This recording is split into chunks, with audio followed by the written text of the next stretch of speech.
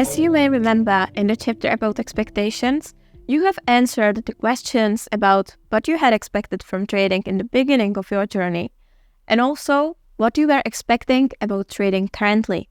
As we are progressing throughout the course, and you have completed quite a few chapters, it is natural that your ideas about trading are changing. So, during the following exercise, let's focus on your current beliefs and expectations.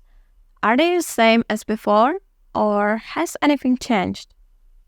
Think about, what do you think about trading right now? What can you expect from staying in this business? And what being a trader actually looks like in your situation? Whatever it is, write it down in the form below this video. This form will be a part of the document you will get after you go through the whole course. So, as always, the more you put into this, the more you can get out of it.